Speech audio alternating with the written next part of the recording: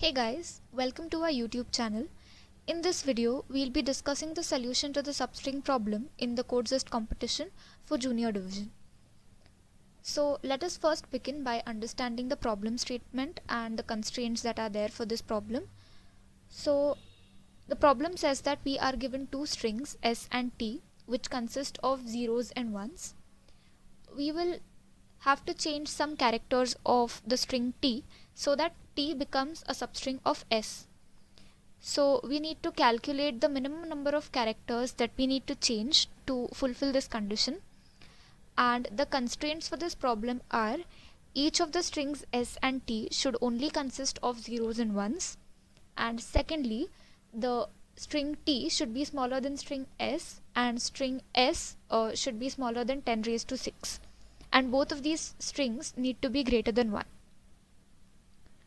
So let us understand it with the help of an example using the sample input and sample output that is expected. Now suppose we have a string s that is 0001 and string t that is 101.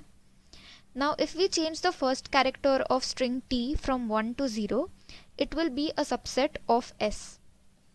We can go a step further and change the third character of t as well, but according to the problem statement, we need the minimum number of characters that can be changed. So our sample output in this case will be 1, which means that we will only have to change a minimum of 1 character for the condition to be satisfied. So let us move ahead and discuss the solution of this problem. We first begin with taking two strings, that is s and t, as input. Now for this particular problem, we will have to look at three different cases. Case 1 will be if t is already a subset of s. For example, if s is a string such as 0001 and t is another string like 000, then we already know that t is a subset of s.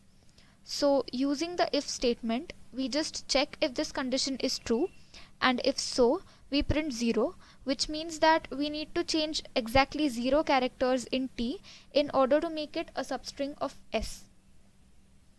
So now let us look at the second case, which is if all the characters in t and s are different. For example, if we have a string s consisting of all ones and a string t consisting of all zeros, we will have to change all the characters of t from 0 to 1 to make it a substring of s. Similarly, if we have a substring s consisting of all zeros and a string t consisting of all ones, we will have to change both these ones in the string t to 0 such that it becomes a substring of s. So for this condition, we use the if statement and check if the count of 0 in s is equal to 0 and the count of 1 in t is equal to 0, which means that if s contains all ones and t contains all 0, that will be our first condition.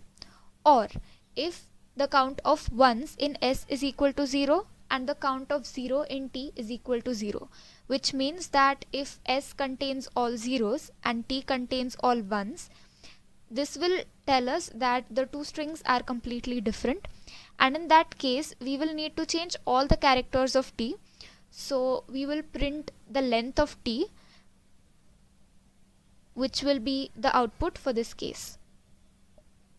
Now let us look at the third case, which will be changing a few characters in t by iterating through all the characters that are present in our string t. So for that, we need to declare a variable tlen that stores the length of the string t. So if we have a string s such as 001101 and a string t such as 0010, we iterate through all the characters of t to find that we can change the last character of t from 0 to 1 such that it becomes a substring of our string s. For this, we have first declare a variable tint, which will basically convert the binary string t into a decimal. The variable tlen will store the length of the string t, and the variable count will also keep a count of the characters in t. we will store the difference between the length of string s and t in a variable called diff. Now we will iterate I starting from 0 to difference plus 1, and for every value of I we will store the first I plus t len number of characters in our variable s sub.